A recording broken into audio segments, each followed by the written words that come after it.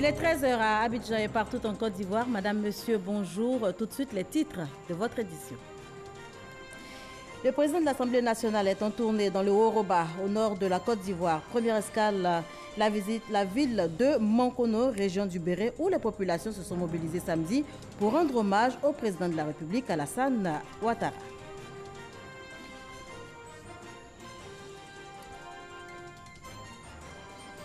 Une délégation du ministère de la Culture et de la Francophonie sur la route de l'esclave au Brésil, mission de recherche dans le cadre du projet Route de l'esclave initié par l'UNESCO. La Côte d'Ivoire veut retracer le parcours des esclaves ivoiro-descendants déportés vers les Amériques dès le XVe siècle. Et puis l'état d'urgence déclaré dans 2 provinces de l'Est du Tchad. La décision a été prise par le chef de l'État pour les 3 mois à venir, cela après les affrontements meurtriers entre les communautés et qui ont fait des dizaines de morts dans le mois d'août.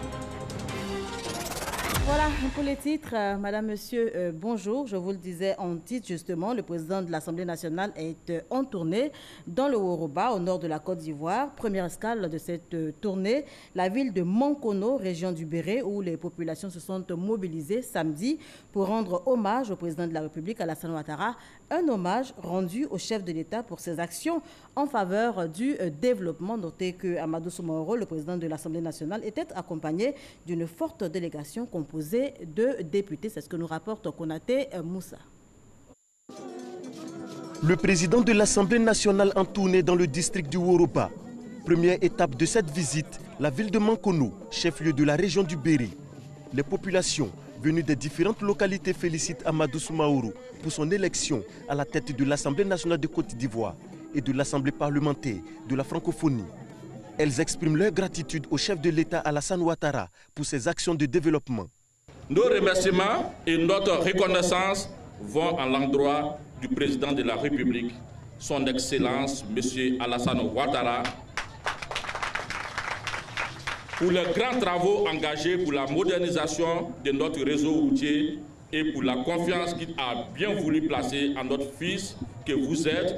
Nous ressentons cette confiance en notre fils comme un immense honneur à tout le district du Haut-Roba. Tu quittes Abidjan à 7 h avant, jusqu'à 20 h, 21 h, il y a des moments où vous dormez en route. Mais aujourd'hui, tu sors à Abidjan à 7 h 30, à 15 h, au plus tard, hein, sinon à 14 h, vous êtes à Mankono. Nous avons de l'eau, nous avons l'électricité presque dans tous les villages. 60 ans, Mankono n'avait pas connu de bitume, il vient de nous donner le bitume. Toutes les régions aujourd'hui, il y a partout l'électricité, l'eau, etc. Les routes sont praticables. Ah non, ça vous dit merci au président. Et puis la promotion des cadres. Une reconnaissance des populations du Béret, saluée par le président de l'Assemblée nationale. Amadou Soumaoro réaffirme son intérêt pour l'union et la solidarité des cadres afin d'accompagner le président de la République dans ses missions en faveur des populations. Beaucoup de nos cadres sont nommés. Nos parents ont tout donné, mais il a fallu l'avènement du président Alassane Ouattara pour que nous soyons récompensés. En moins de 8 ans, le président de la République a repositionné la diplomatie ivoirienne. Cette diplomatie patiente, cette diplomatie modérée, cette diplomatie efficace à repositionner notre pays au centre de la communauté diplomatique et au centre de la communauté financière internationale.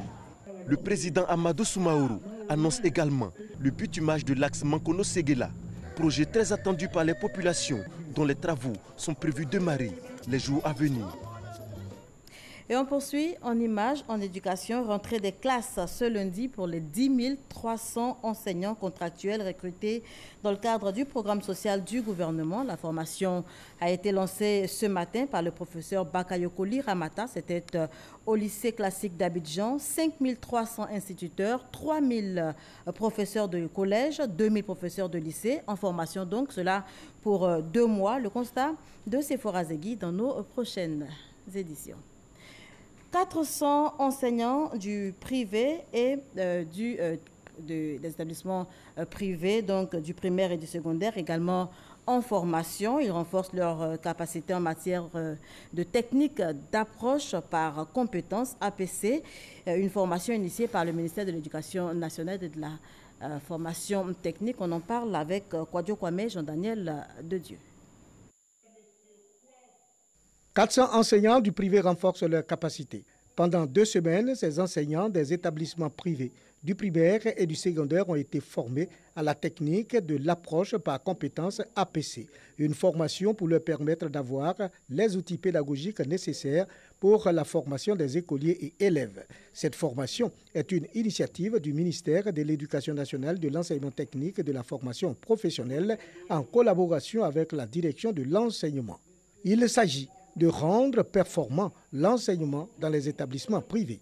Depuis 2011, le ministre Kandia Camara a instauré justement cette formation que nous faisons chaque année dans le mois d'août pour permettre à ces acteurs, pour certains d'entre eux qui sont déjà dans les établissements, pour d'autres qui sont en quête d'emploi, pour leur permettre donc d'avoir au moins un certain nombre d'informations et de formations leur permettant de faire valoir leurs compétences techniques dans ces établissements. Les enseignants ont reçu des parchemins à l'issue de la formation. Les responsables de l'éducation de la région de Bouaké ont tenu à les encourager et les inviter à continuer à se former pour la bonne marche de l'éducation en Côte d'Ivoire.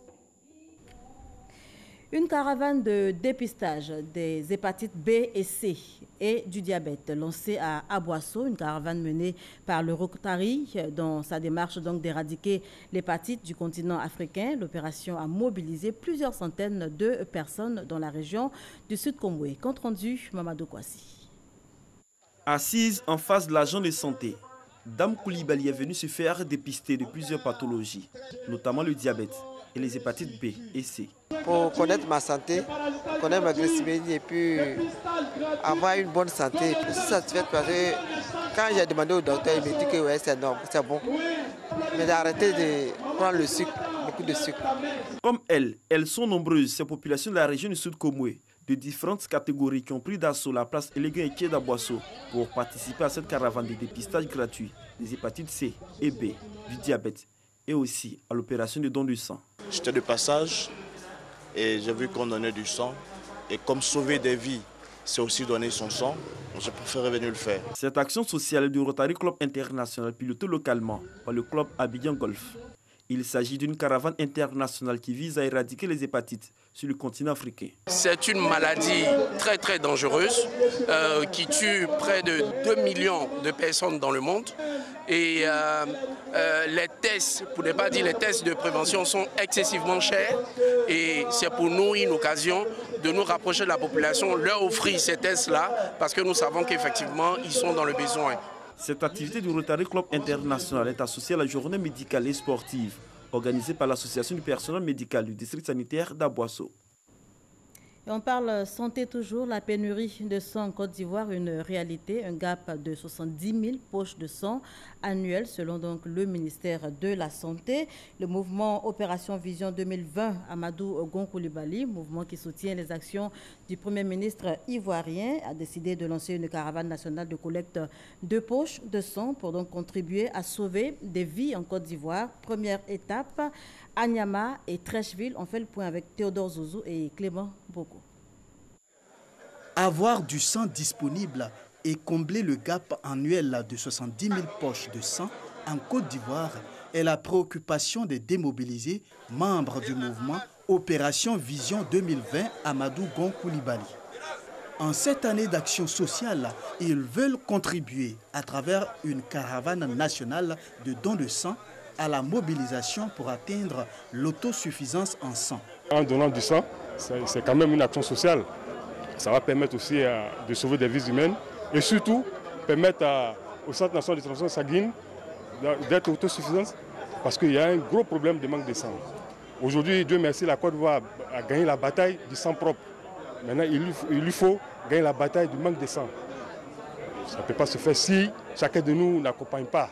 Les démobilisés ont répondu nombreux à l'appel du mouvement Opération Vision 2020. Je donne mon sang pour sauver la vie des êtres humains. Une mobilisation qui réjouit le personnel du Centre national de transfusion sanguine et la représentante du maire de Trècheville. À présent, nous sommes à 68 poches. Il n'y a qu'une poche de sang, ça sauve une vie. Donc à 68 poches, on peut dire que l'engouement y est et puis on reçoit toujours les donneurs. C'est un acte fort que les démobilisés sont en train de faire ce matin. On tient au nom du ministre Fatal Michel leur dit merci pour ça. Jean-Charles Yaya Chaudron, président national du mouvement Opération Vision 2020, exhorte toute la population à adhérer à cette caravane qui sillonnera tout le territoire jusqu'à fin décembre prochain. Des Ivoiriens en bonne santé est la vision du gouvernement Amadou Gon Coulibaly. Prochaine étape, Bouaké. Je vous le disais en titre, une délégation du ministère de la Culture et de la Francophonie sur la route de l'esclave au Brésil.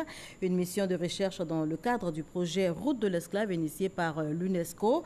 La Côte d'Ivoire veut ainsi retracer le parcours des esclaves ivoiro-descendants déportés vers les Amériques dès le 15e siècle. C'est ce que nous dit Serge Coléa, envoyé spécial de la RTI au Brésil.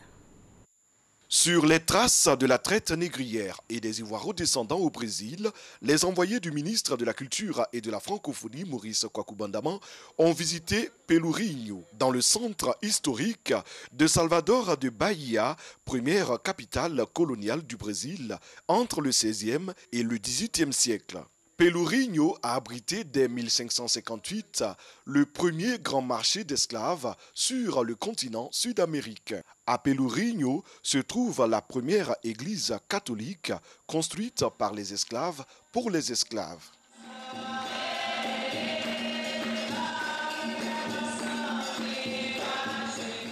Pendant l'esclavage au Brésil, les Blancs ne permettaient pas que les Noirs rentraient dans les églises. Et donc les Noirs ont construit ces bâtiments-là pour avoir le droit d'entrer dans une église. Vous pouvez voir que la liturgie ici est spéciale. Il y a beaucoup d'éléments africains, il y a beaucoup de musique africaine. En ce lieu historique, la présence africaine est bien visible, avec notamment la maison du Nigeria et surtout la maison du Bénin, un musée bien fourni qui fait le lien entre le Brésil et l'ancienne république du Dahomey.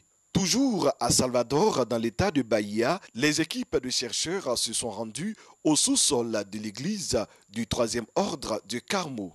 Beaucoup d'esclaves ont trouvé refuge ici. Ils ont aidé cette église à faire face à l'envahisseur. En retour, l'église leur a accordé une protection de façon clandestine. Nous constatons que l'église ici, à ce moment-là, a eu un rôle de protecteur des esclaves. Nous sommes en 1624 et cela a duré 1 an. Une autre organisation incontournable à Salvador, c'est la Société protectrice des invalides. Fondée en 1832 par des Africains affranchis, elle a joué un rôle majeur dans le rachat de la liberté des esclaves. Nous avons été félicités par l'UNESCO avec le prix Mémoire du monde. Sur la route de l'esclave au Brésil, la délégation du ministère de la Culture et de la Francophonie a aussi consulté les archives publiques de l'État de Bahia. Des passeports, des registres datant de 1865, des lettres d'affranchissement et bien d'autres sources documentaires en rapport avec l'esclavage y sont disponibles. À Salvador de Bahia, 80% des habitants se déclarent descendants d'esclaves africains. Les vacances, moment choisi par nombre de travailleurs ou de familles pour effectuer des voyages de découverte, faire du tourisme. Une des destinations les plus prisées ici en Côte d'Ivoire, San Pedro, ville balnéaire et touristique. San Pedro, ses belles plages, ses hôtels de luxe et autres fruits de mer, les vacanciers d'ici et d'ailleurs s'y plaisent en tout cas. Alors comment se déroulent leurs vacances? Pourquoi cette destination? Que proposent les hôteliers et autres restaurateurs sur place? Élément de réponse dans ce reportage signé Sam Kono.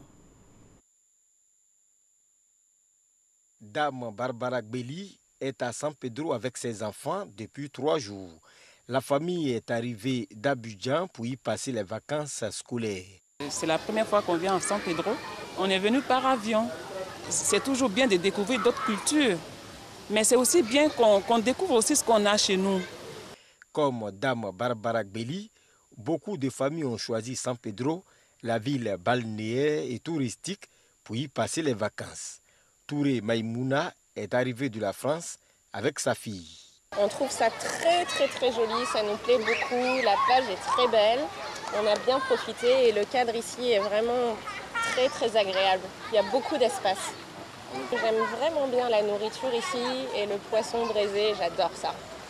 On pourrait dire les villes un peu balnéaires, je penserais un peu à la Côte d'Azur, mais peut-être plus la côte ouest parce qu'ici les plages sont très larges et puis les gens ne sont pas collés les uns aux autres.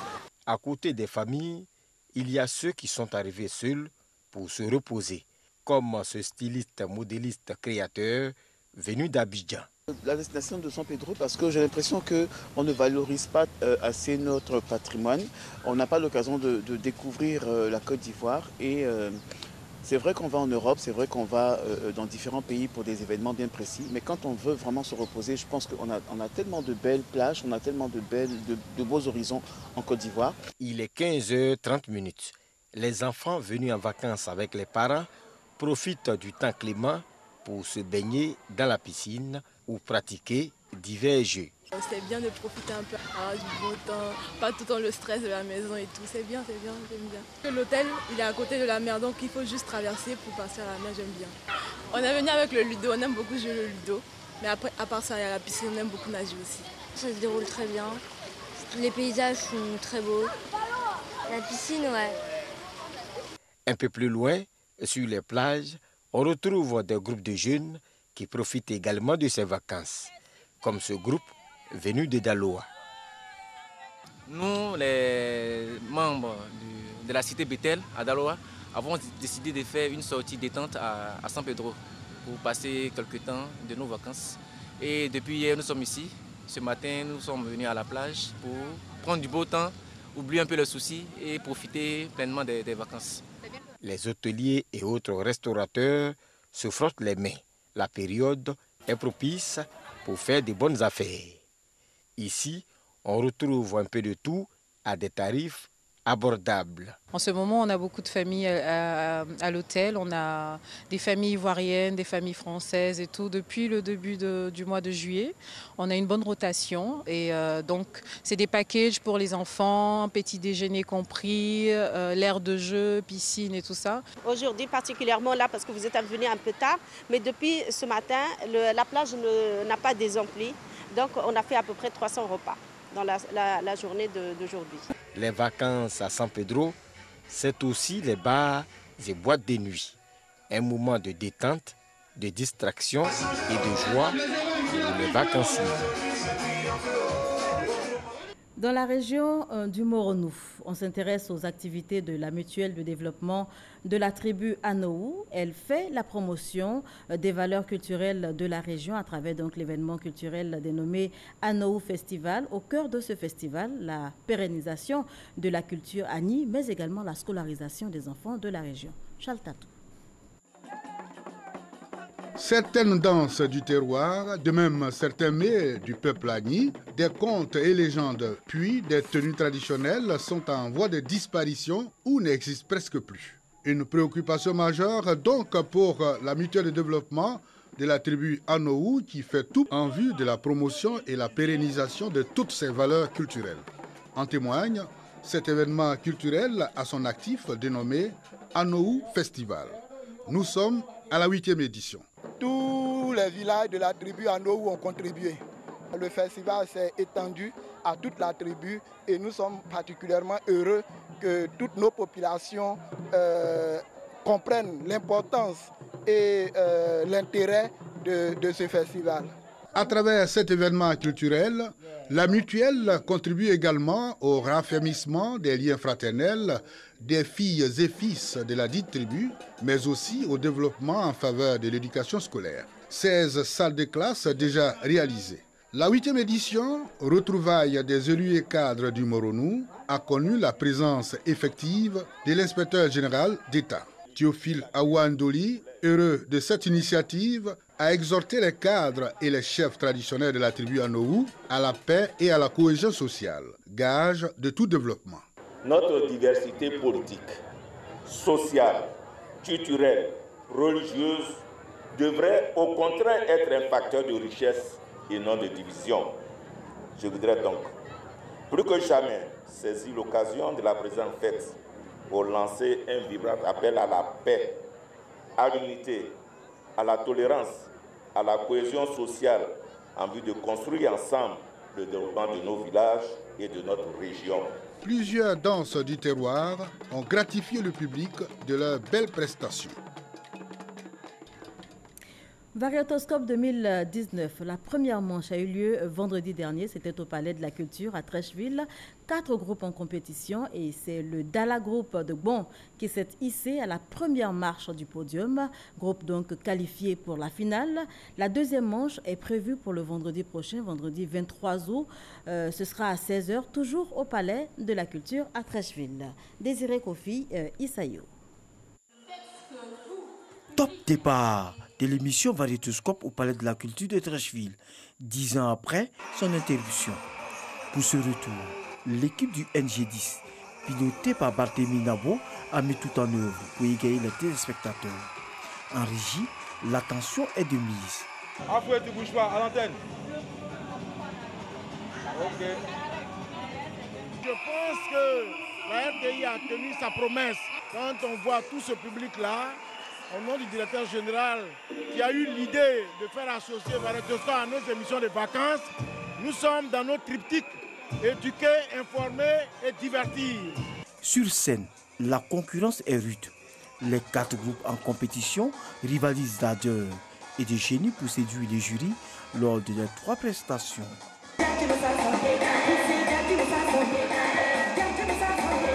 Des prestations qui ne laissent pas indifférents les inconditionnels de l'émission. Surtout ma mère, elle me racontait au moment où j'étais encore petite et puis ça fait plaisir d'être jeune et puis de regarder cela, ça fait vraiment plaisir. Depuis près de 10 ans, nous sommes là en train de travailler et Variétoscope revient pour renforcer encore des actions que nous avons posées pour maintenir la flamme de la culture en Côte d'Ivoire. Cette première manche a été remportée par Dala Group de Bon, qualifié directement pour la finale. On se rend à présent à Botro, dans la région de Gbeke, pour des échos de la célébration de la journée internationale de la jeunesse, journée célébrée le 12 août dernier, occasion d'appeler la jeunesse ivoirienne à un changement de comportement. Kwadio Kwame, Jean-Daniel de Dieu.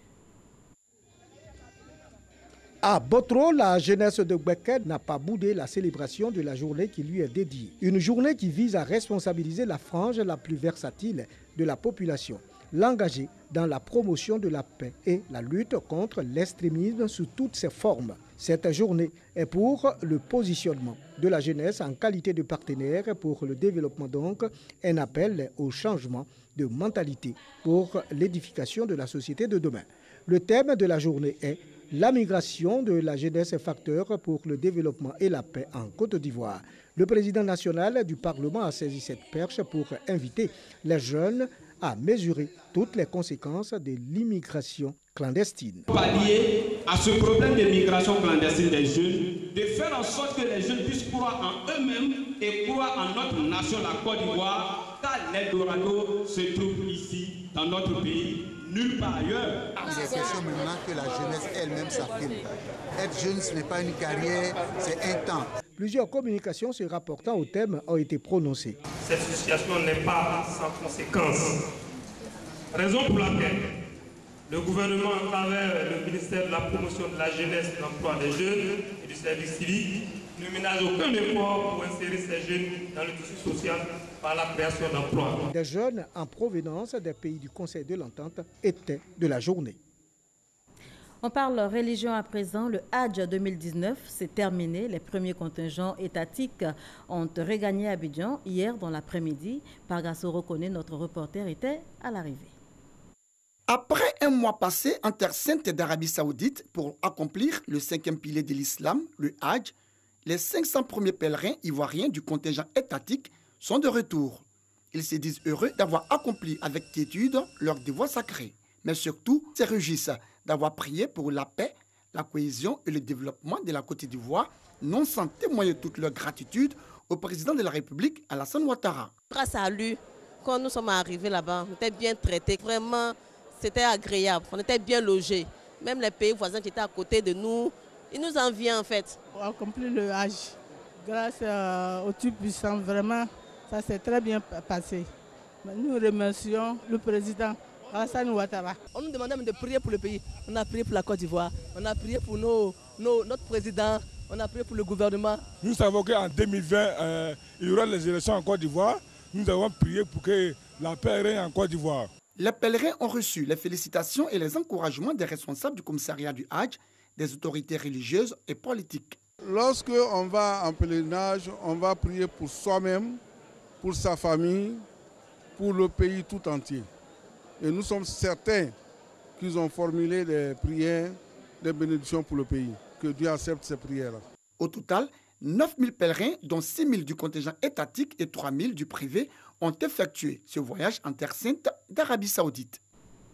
Et les pèlerins catholiques de Côte d'Ivoire ont, eux, célébré le 15 août dernier dans la joie et la ferveur l'Assomption. Ils ont surtout raffermi leur foi et marché sur les pas de Sainte Bernadette, à qui les sanctuaires de Lourdes dédient cette année 2019. Mais qui est Sainte Bernadette? Élément de réponse dans ce dossier signé Eugène Atoubé. En rang et disciplinés, les pèlerins venus du monde entier se soumettent à un rituel connu, les sanctuaires de Lourdes. Le passage à la grotte, toucher la pierre, parfois même la baiser, et y réciter le chapelet pour rendre présent dans leur cœur les mystères de la vie de Jésus-Christ. Un acte de foi et de piété en reconnaissance de leur baptême.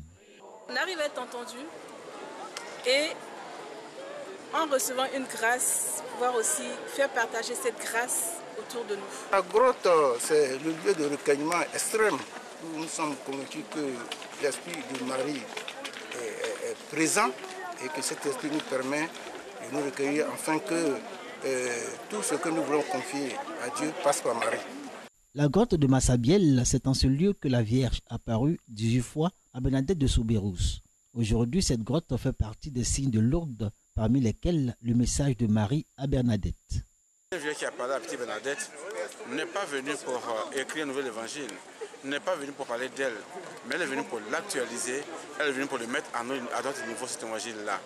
C'est ce moment où, à l'intérieur de nous, nous comprenons que nous ne sommes pas seuls dans ce sanctuaire, même si nous sommes venus tout seuls, et qu'on nous parle au plus secret de notre cœur. C'est la rencontre avec Jésus, la rencontre personnelle, intérieure avec le Christ. Bernadette de Soubirous était une fille pauvre, fragile et sans éducation.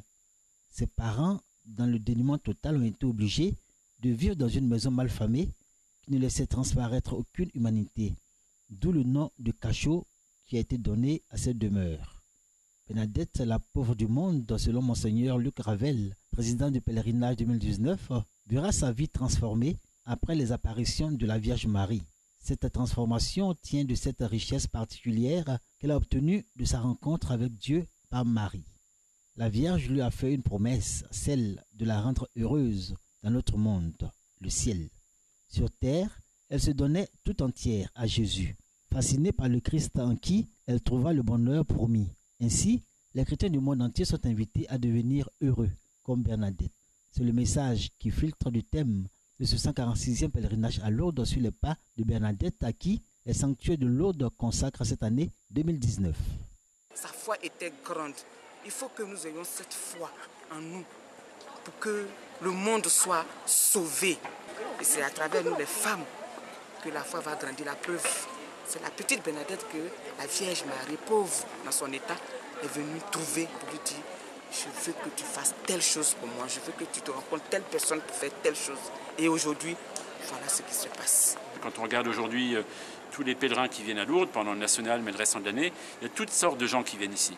Il y a des gens malades, il y a des gens en bonne santé, il y a des riches, il y a des pauvres, il y a des gens qui sont très croyants, des gens qui ne sont pas croyants. Il y a même des gens d'autres religions qui viennent ici parce qu'ils sentent qu'il se passe quelque chose ici, pour que tout d'un coup des millions de personnes soient à leur tour interpellées par cette ville. Ça, c'est vraiment la bonne nouvelle de Lourdes. Entre les apparitions et sa mort, Bernadette était religieuse dans la congrégation des Sœurs de la Charité de Nevers, où elle s'éprouvait au service des malades indigents. Autant elle avait découvert que Dieu est proche des plus pauvres, autant elle s'est mise à leur service pour leur donner du bonheur.